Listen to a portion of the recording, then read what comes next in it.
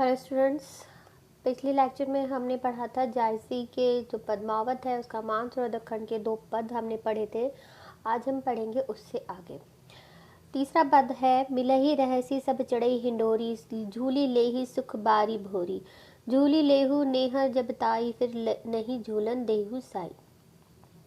जैसा कि हमें पता है कि मानसरोवर खंड में जो पद्मावती है वो अपनी सखियों के साथ मानसरोवर पर क्रीड़ा कर रही है, स्नान कर रही है, खेल खेल रही है। वहीं पर एक सखी जो है वो कह रही है कि हमें जितना भी खेल खेलना है, आनंद उठाना है, वो इस यही मायके में उठा सकते हैं, ससुराल में जाकर हमारी क्या गति होगी ये कोई नहीं जानता।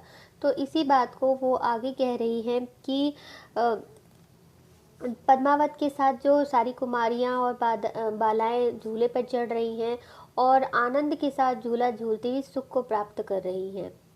ये पहली लाइन, मिलही रही सी सब चढ़ई हिंडोरी, हिंडोरी मतलब झूला झूलना, कि सभी जितनी भी बालाएं पद्मावती के साथ आई हैं वे सब झूले पर चढ़ रही हैं और आनंद के साथ झूला झूल रही हैं और बारी बारी से झूले का सुख वो उठा रही हैं।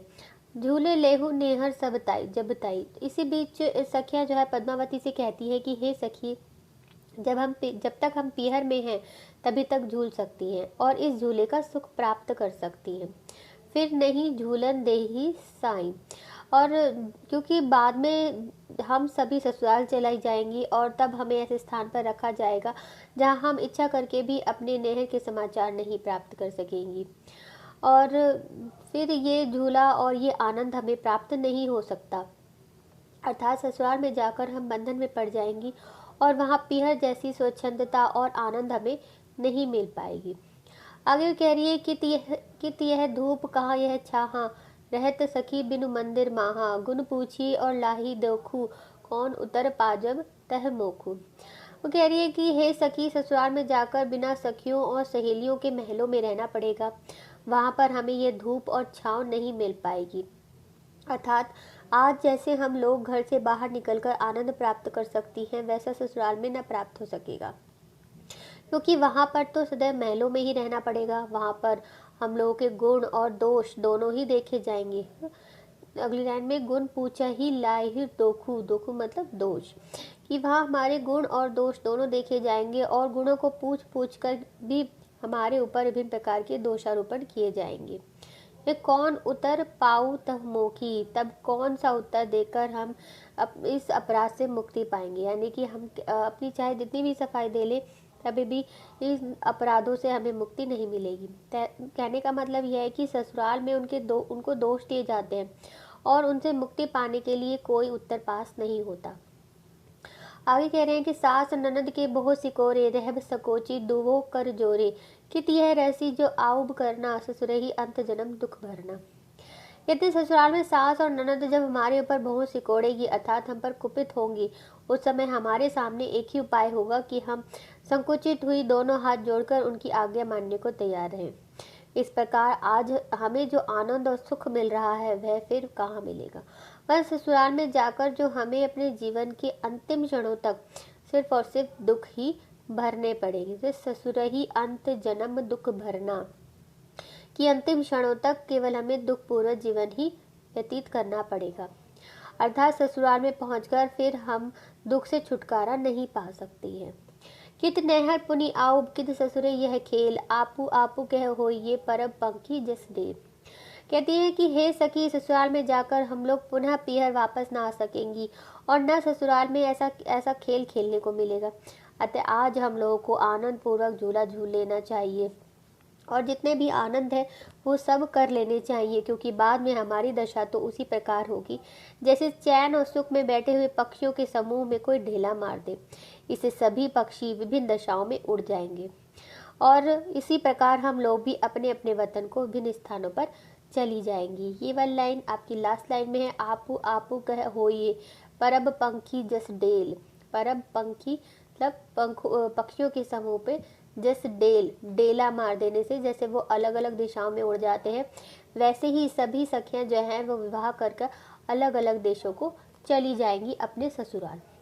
तो ये तो था जायसी का जो पद्मावत जो पद है, इसमें इनका शाब्दिक अर्थ। अब हम इसका थोड़ा समासोक्ति अर्थ देखेंगे कि उनका कहने का तात्पर्य क्या है। समासोक्ति के द्वारा इस जो पद है इसको इस प्रकार प्रकट किया जा सकता है कि सभी जीवात्माएं जो है वो सखियां हैं और मृत्यु लोक जो है वो पीहर है और परलोक ससुराल के रूप में। इस प्रकार जो बालाएं हैं संसार में जब तक है तब तक ही आनंद प्राप्त कर सकती है। मृत्यु के पश्चात उन्हें ऐसा आनंद प्राप्त नहीं होगा। और जायसी जो है सूफी मतानुसार पुनर्जन्म में विश्वास नहीं रखते थे। इस कारण वे कहते हैं कि परमात्मा तब अपने पास ही रखेगा, इस संसार में पुनर्जन्म नहीं हो पाएगा, वहाँ सभी को बिना मित्रों के अकेले ही रहना होगा। प्रभु के यहाँ हमारे गुण और दोष देखकर ही हमारे साथ व्यवहार होगा। अपने कर्मों के अनुसार हम पर लाछे जगाए जाएंगे और उस समय हम क्या उत्तर देकर मोक्ष प्राप्त कर सकेंगे। हमको वहाँ यमराज आदि के समक्ष केवल हाथ जोड़कर ही रहना पड़ेगा। इस पद में जो सास और ननद की बात कही गई है उसका समासोक्ति अर्थ यहाँ पर यमराज और अन्य देव देवताओं के रूप में किया जाएगा, जो कि कर्मों के हिसाब से आपका पाप या पुण्य या जो भी व्यवहार देखा करा जाता है उसके संदर्भ में निर्णय लेते हैं। आगे कह रहे हैं कि जो सुख और आनंद आत्मा लौकिक संसार में भोग लेती है वह स्वर्गलोक में प्राप्त नहीं होगा। मृत्यु के पश्चात सभी आत्माएं पृथक पृथक हो जाती हैं और सभी का साथ सदैव के लिए छूट जाता है। तो अगला पद देखते हैं। अगले पद में है कि सरवर तीर पद्मनी आई, घोपा छोरी केस मुकलाई, ससीमुख अंग मले गिरिबासा, नागिन छापी लिन चहु पास। इस पद में जायसी कहते हैं कि पद्मावती अपनी सखियों के साथ सरोवर के किनारे पहुंच गई है और उसने स्नान के लिए अपनी चोटी का जूड़ा खोल दिया है। तो सरवर तीर पद्मनी आई, सरोवर तीर मतलब किनारे पे, पद्मिनी यानी कि पद्मावती आई, घोपा छोरी केस मुकलाई कि अपने चोटी का जूड़ा खोल के उन्होंने केस को खोल दिया है, जिससे उनके सारे बाल जो हैं वो मुख पर बिखर गए हैं। ओनई घटा परि जग छाहा, शशि के शरण लिनु जनु राहा, झपी गे दिनही भानु के दशा, लेई निसी नकत चांद पर गसा। पद्मावती जो है का जो मुख है वो चंद्रमा के समान है और संपूर्ण शरीर जो है वो मलयगिरी की सुगंध से सुगंधित है।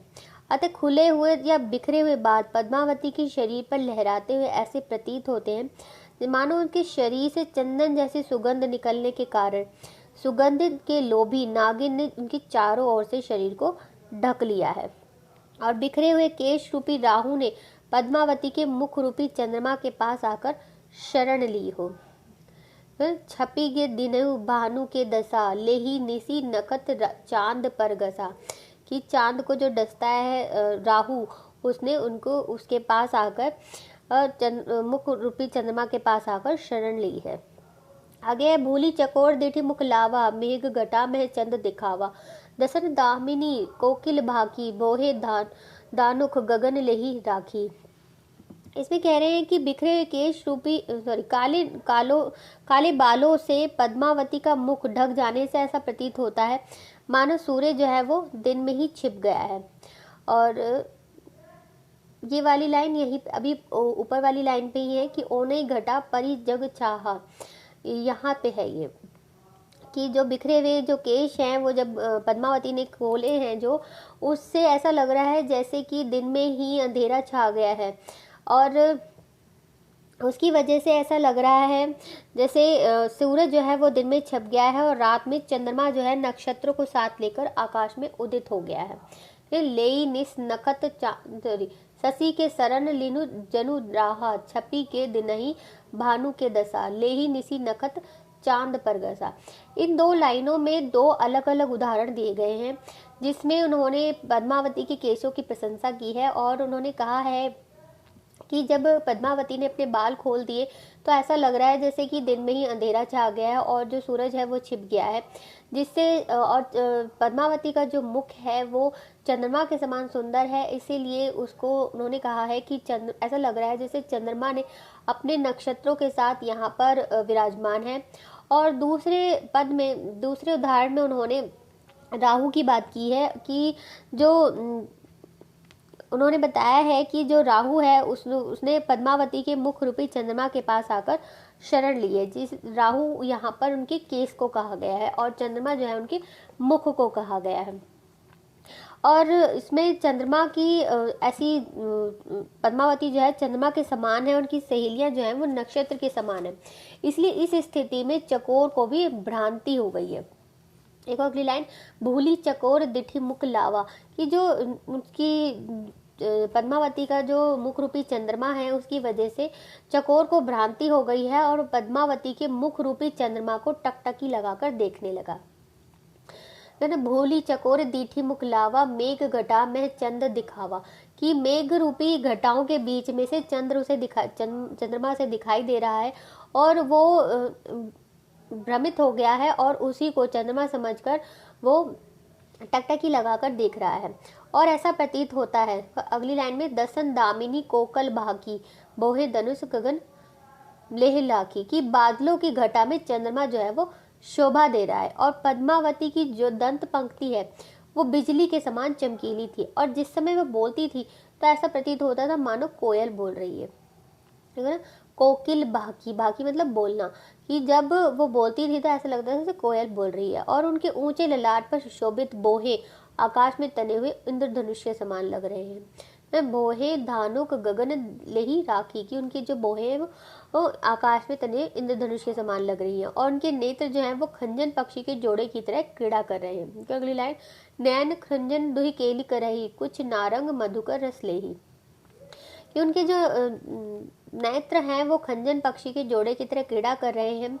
और कवि अंत में कहता है कि सर्वर रूप बिमोहा ही हिलोरी लेहे, पाँव छुवे मकु पावो एहिमिस लहरई दे, कि पद्मावती के ऐसे अद्भुत रूप को देखकर सरोवर जो है वो मोहित हो गया और हृदय में उल्लासित होकर लगातार हिलोरे लेने लगा। और सरोवर पद्मावती के रूप सौंदर्य से इतना प्रभावित होता है कि वह अपने लहरों को तट की ओर इसलिए भेज रहा है कि इसी बहाने से पद्मावती के चरणों को वो छू सके। तो इन दोनों पदों में अब हम काव्यगत सौंदर्य देख लेते हैं। यहाँ पर रस और श्रृंगार और अद्भुत है, भाषा वही अवधि है, छंद इसमें दोहा और चौपाई है, साथ में गुण जो है वो प्रसाद और माधुर्य है, रीति इसमें वैदर्भी है और अलंकार के अंतर्गत इसमें आते हैं उपमा, रूपक, हेतुत्प्रेक्षा, अतिशयोक्ति तथा भ्रांतिमान। तो आज के लिए इतना ही। Thank you.